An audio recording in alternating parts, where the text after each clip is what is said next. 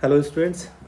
जैसे कि मोल कंसेप्ट या आप कहते हैं some basic concepts of chemistry जो चैप्टर है आपका फर्स्ट, उसमें इस टाइप का क्वेश्चन बहुत या ये कि अक्सर पूछा जाता है, which has the maximum number of molecules among the following.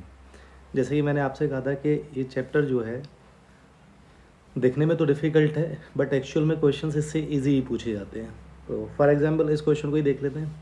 जैसे दिया हुआ है which has the maximum number of molecules among the following. तो बेटा इसे देखो कैसे सॉल्व करना है, राइट।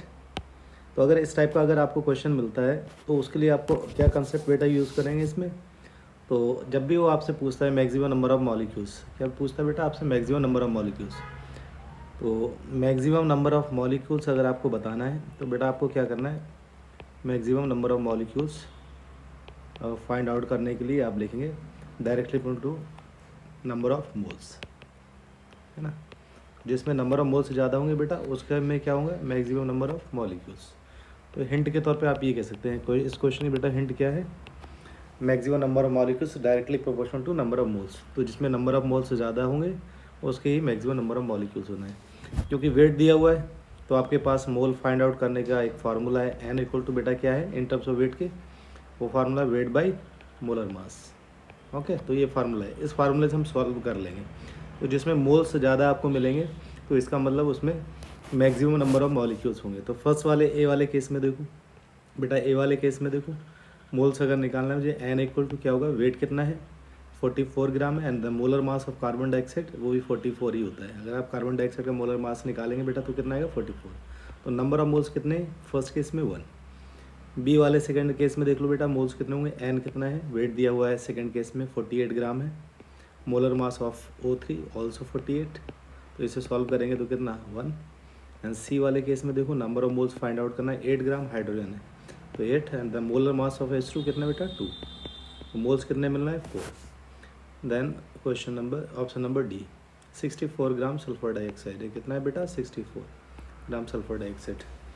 तो अगर आप सल्फर डाइऑक्साइड का मोलर मास फाइंड आउट करेंगे तो इसमें भी मोलर मास आपको कितना बेटा मिलेगा 64 मिलेगा। ओके, तो मोल्स कितना मिल रहा है 1।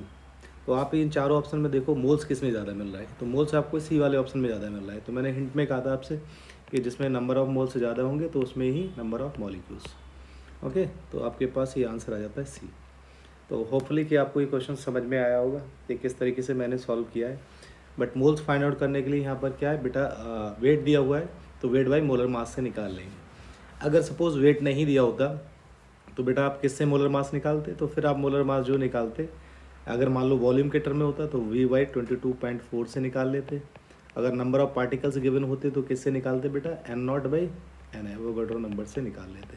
तो ये भी हमारे पास मोल फाइंड आउट करने के लिए एक फार्मूला ये भी रहता है और एक फार्मूला ये भी है।